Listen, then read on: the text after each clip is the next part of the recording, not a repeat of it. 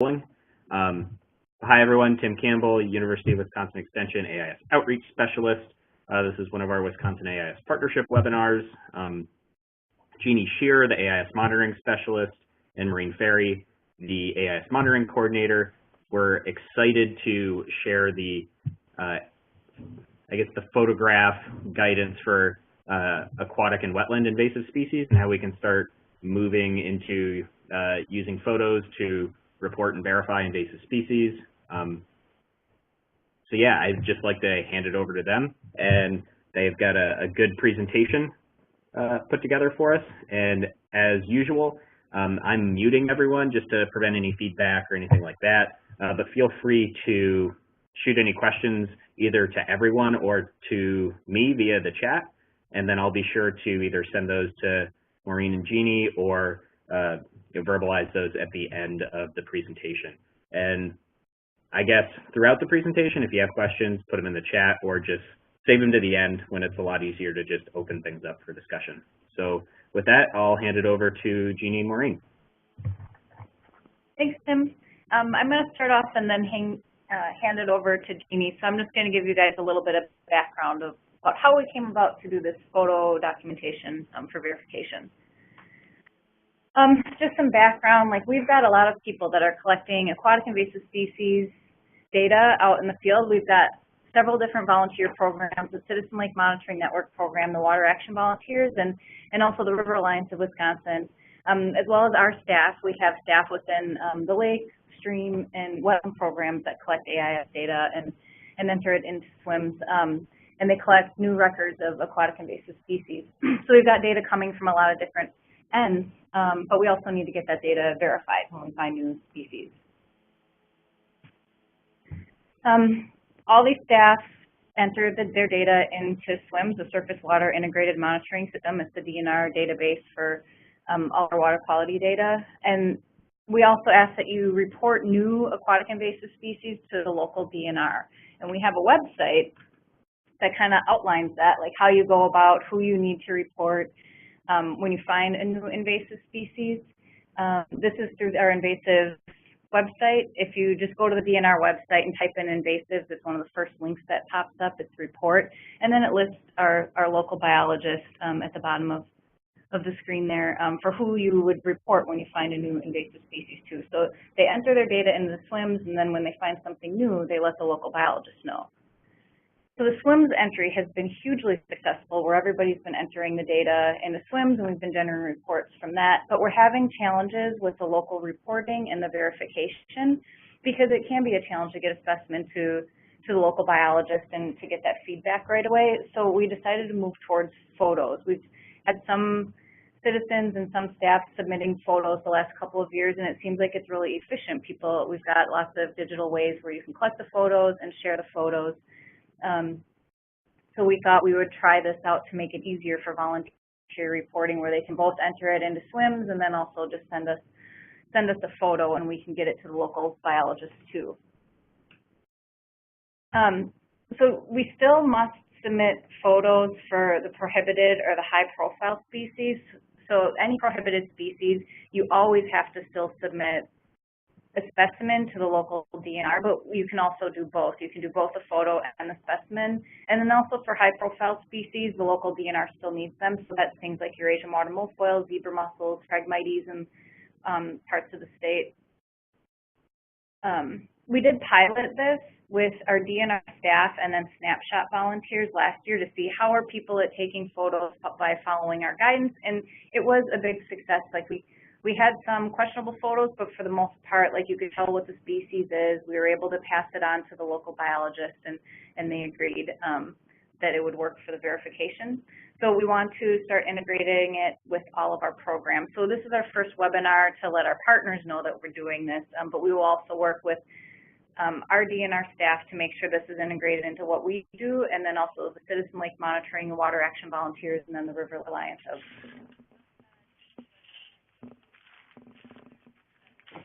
And the next bullets that we're going to cover, these are topics that Jeannie's going to cover, are just what equipment is needed to take the photos, what our target species are, the methods for how to take photos, and then how you manage the data with those photos. So from there, I'm just going to hand it off to Jeannie. Thank you. Okay, so equipment is just, you know, in addition to whatever else you're already taking out for the project you're working on. I always made sure when I was in the field to carry the early detection, the AIS identification guide. The early detection target species list is handy to have also. That's also very useful, and I'll explain that later in the data management. And then your camera, whatever you've got, you use. If you have a high resolution camera, that's great. If you don't, use what you've got and just try to take the best picture you can with it. And then of course your field data sheet. Before you go, you should already be starting to get familiar with the most common AIS species, and as you go, I know my first year, I knew XYZ, and as the years have gone by, I know more and more. So it's an ongoing process. In the field, you want to make sure you have a completed data sheet. You want to take several landscape photos that include the data sheet, and then several close-up photos including the data sheet. And then you're going to work on data management. We'll go into this in more detail. So you want to become familiar with what you're looking for. So this link should work. No. So this is the target species list we're looking through. It lists them by common name, Latin name. The species code will be very handy later. And it also is a reminder of what's prohibited and what's restricted. So it's a single page. It's easy to take, throw it into a plastic sleeve and have it in the field in your clipboard. Now, how do I go back? Oh, well, I can actually, okay. And then the identification guide, that is, we actually have a slide on this further, so we'll go into that more, but here's just a quick shot of that, and I'm sure a lot of you are already familiar with it. And if you're not, we'll be happy to give you more information on how to get to it. It's very useful and well done. How do I get back to the PowerPoint? Hit X in the upper right.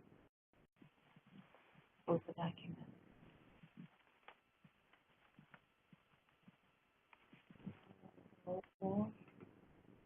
Can you still see Jeannie's screen? There. Okay, and I already clicked on that. So again, this is the target species list, and there's in any of our protocols that are showing you how to follow through and do your field work and report, you're going to find the link to this.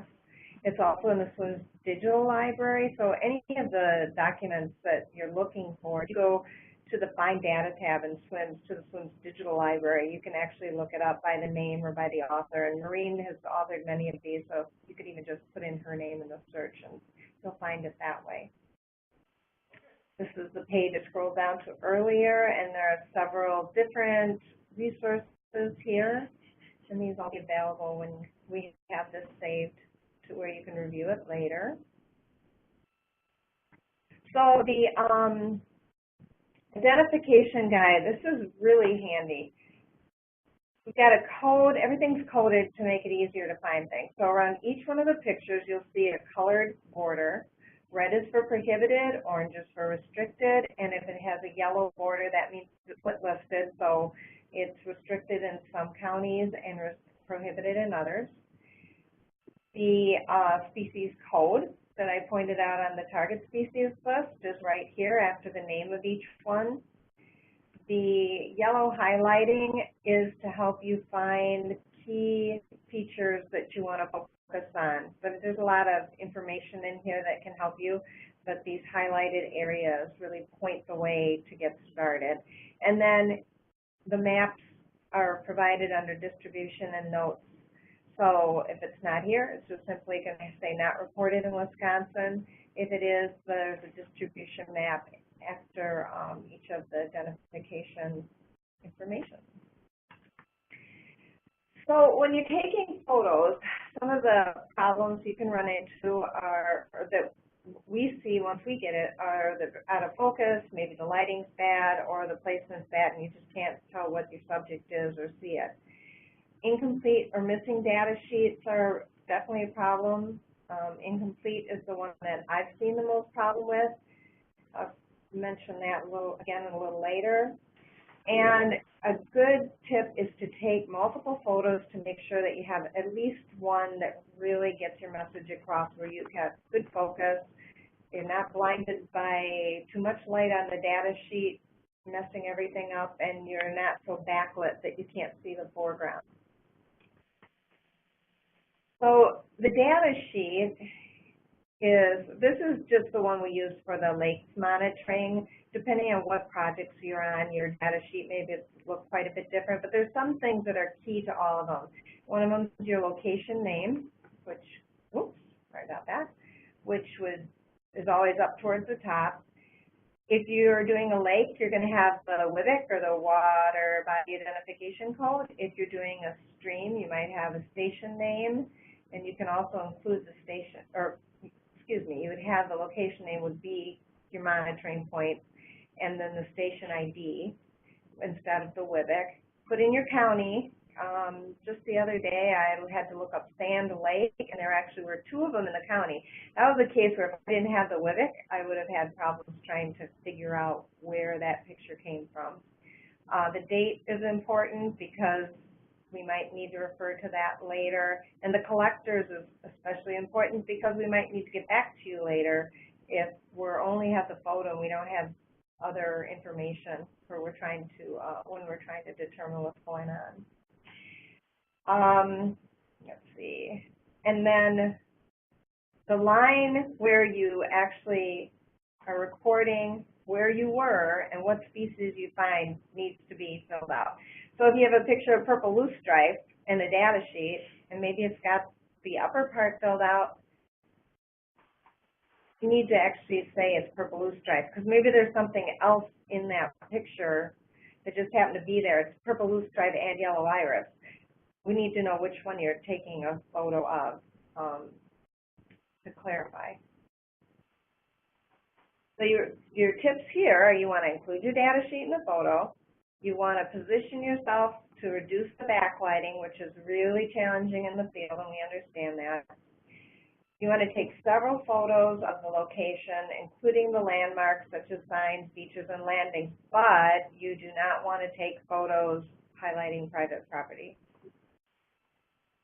So here's an example of a nice landscape picture. The focus is fine. We can tell it's right by the beach that has the kayak launch, but there's no data sheet. So you notice we have a little smiley face by the good landscape and this little sad face by the missing data sheet. So the picture is helpful, but we don't know where it came from or what monitoring projects it should be associated with. Here's another one. It has a nice landscape. It's got it's not exactly a data sheet. It gives some information, but we need the actual data sheet. And there may be invasive species in this picture, but we don't know which invasive species we're supposed to be paying attention to here. So that's important.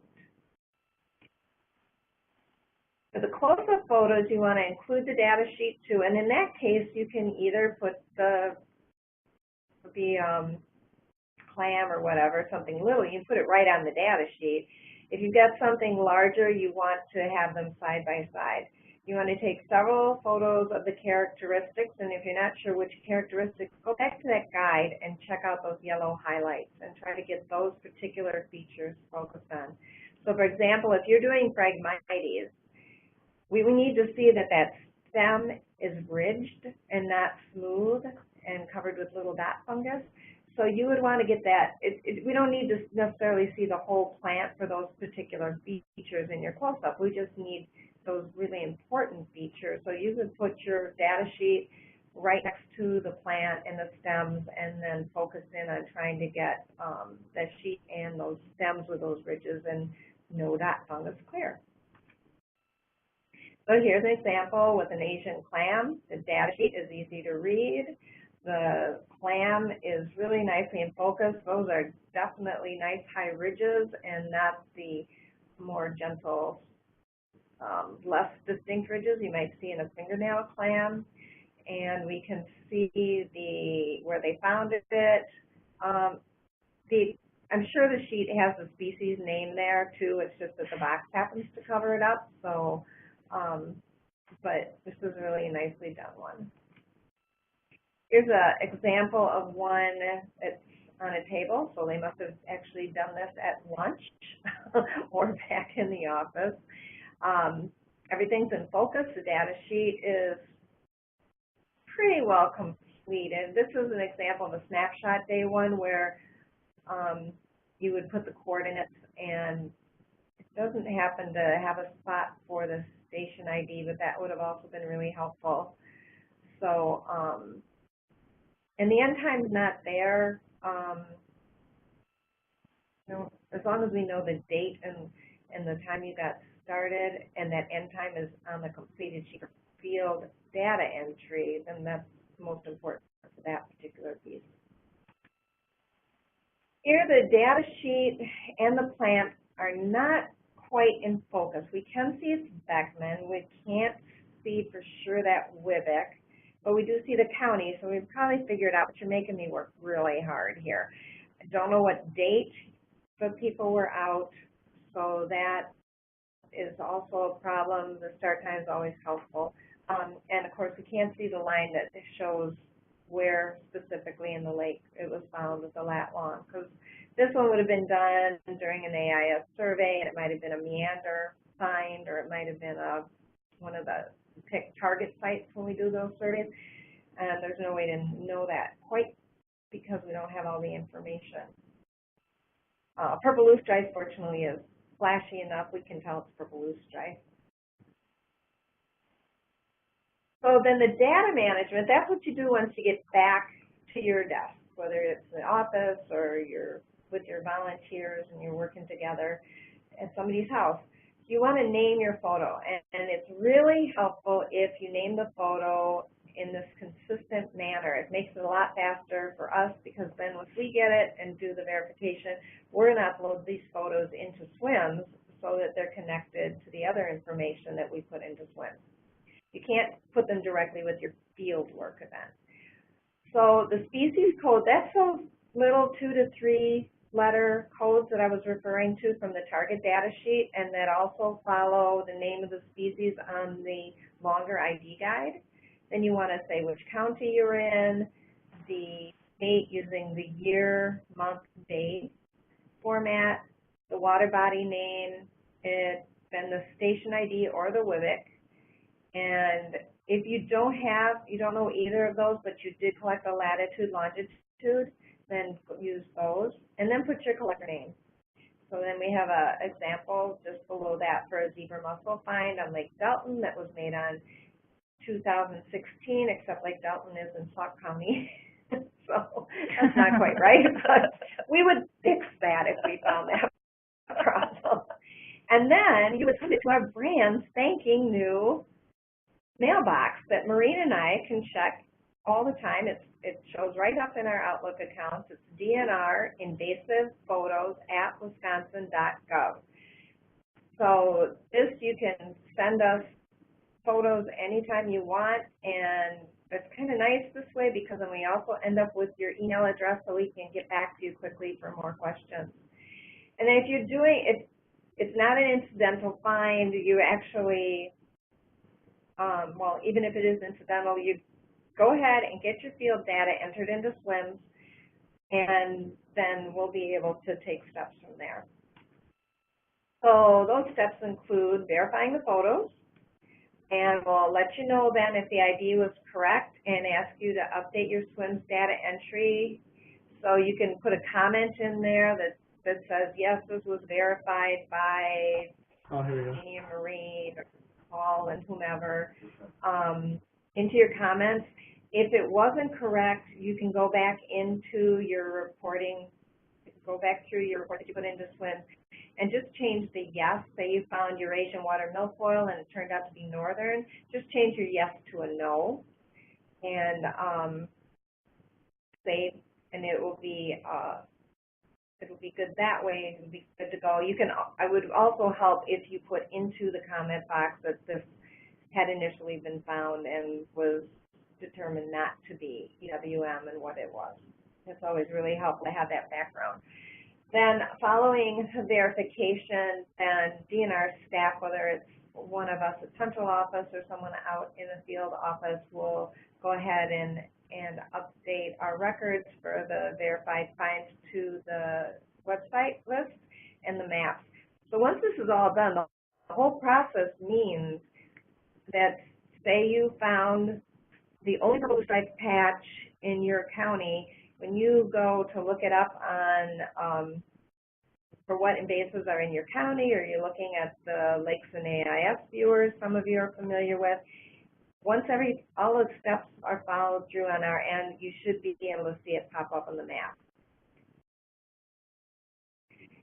So that's basically all the new information. We're going to share this recorded webinar. Tim will send out a link to it, and it'll also go on the UW box into the AIS folders there. We're going to be sharing the protocol, and we're also integrating this with our partners and all of our programs that are out there searching for aquatic invasive species. So we want to make sure we're on the same page and we're consistent and we have good data for us to work from. Okay, do we have any questions?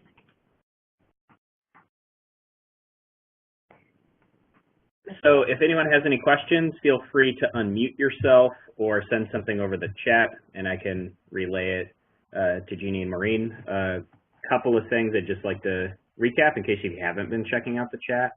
Paul Skowinski asked, and I think he'd ask it himself if he still had a voice right now, do you want EWM specimens submitted for any new location across the state or only in certain regions? And the answer to that was, from Maureen, yes, we want specimens of new Eurasian water milfoil. To reduce travel time, you can first send a photo and we can verify what it is and then let the collector know whether we need a specimen. Is there anything either of you guys would like to add on that? Well, I don't think Paul can talk because he's got laryngitis. I don't have anything to add on that. Does anyone have questions? Well, another comment from the chat is that looks like a few people missed where they can locate the AIS ID guide and the other links that were being shared from earlier in the presentation. Yeah, we would have to share links out. Right now it's just integrated with DNR monitoring protocols, but I know that the citizen monitoring programs have their own versions of that. So each program will have their own. Right now it's just a SWIMS document, but we can send the link for that. It's not going to be very intuitive. We do hope to get all of this on the website someday, but we're a little short-staffed. But we can send out a link to the SWIMS document after the call. I do want to let you guys know too, so like it was difficult for us coming up with this guidance because we've always said work with your local biologist.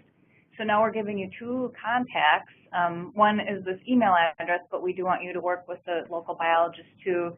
And just to let you guys know, we have a set of verifiers across the state that we've trained and tested, and we'll be forwarding, like Jeannie will be the initial verifier, but then she'll forward it out to the regional verifiers to let your local staff know in that way. But we do want you to still work closely with your local biologist because they're the ones who will work with you on the follow-up responses on that. But they'll still be engaged with this photo process too. So we have another question from the chat. Have you thought about putting a size scale on the data sheet that would be seen in the photos when a specimen is on the sheet? We did, and then we realized the data sheet is 8.5 by 11. So that's your size scale. But we did think about that.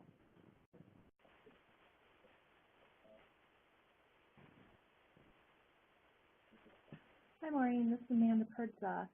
Hey, Amanda. Hi.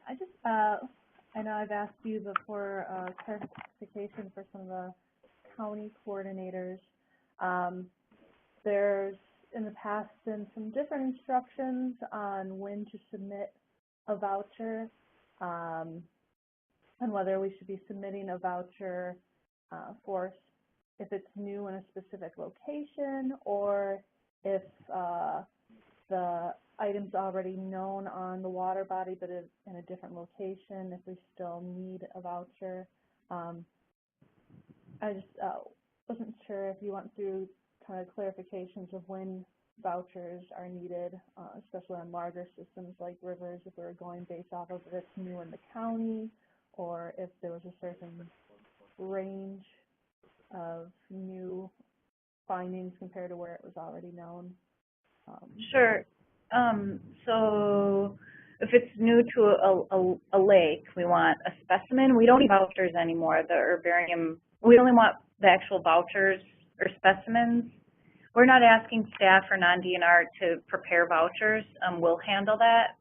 We'll decide after we see a specimen. We want them of prohibited species, and then maybe of the milfoil and some of these other difficult to identify, just so we can get a better look at it.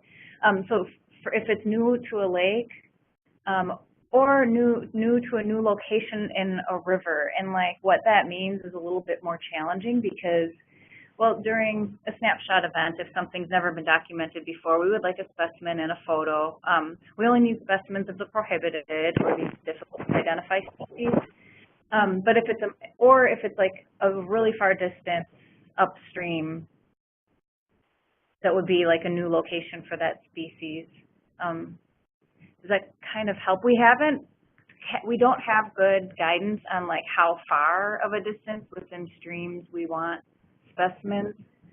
Like if you're only 100 yards away, we probably don't need a specimen for each patch because it's essentially the same population. Mm-hmm. Yeah, I just know there are some water bodies where in our snapshot day, we haven't submitted vouchers or the photo vouchers because it was already known on the water body.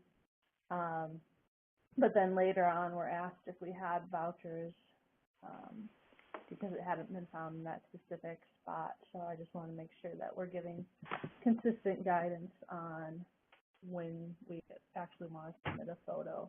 Yeah, we'll have to touch base on that too, just to make sure it's clear. But with the snapshot guidance, it was fairly clear-cut that if it's that same water body, one plant can be representative of the population. Yeah. That citizen that day. All right, thank you. So, yeah. Did that make sense to everybody, or are there still questions?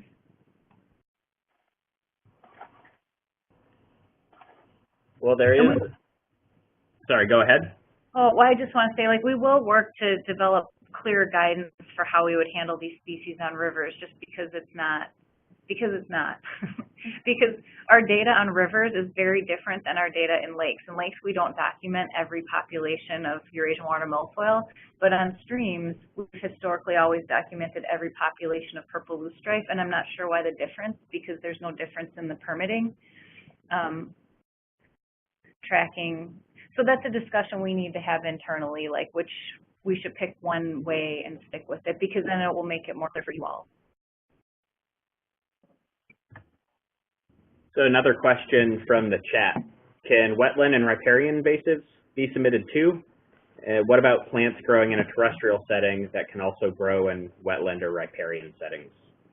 Yeah, we do have some of those species already in our database, so you guys can see that when you look at like Japanese knotweed, like we have terrestrial settings of Japanese knotweed, but we don't actually have codes to create for every species, but we're going to, over the next year, work on adding more species. So for now, what we have on that list is what we're ready to accept that data.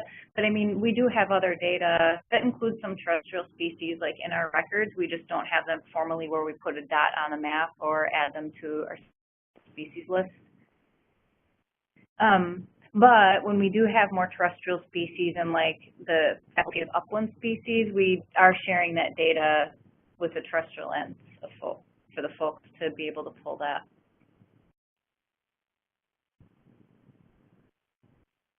It's just a little trickier for us, but we can take it.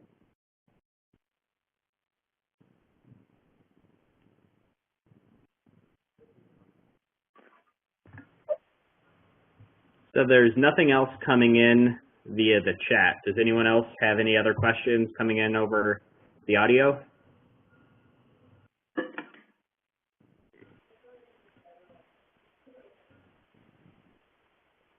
Okay, well, after that uncomfortable silence, thank you, Jeannie and Maureen. Anything else you guys would like to add? If you have any questions you think of later, shoot us an email and we will do our best to answer them. Awesome, and I will, as quickly as I can, wrap this up and get it on YouTube so that way it can be sent out so you can pass this along to other folks that are interested. And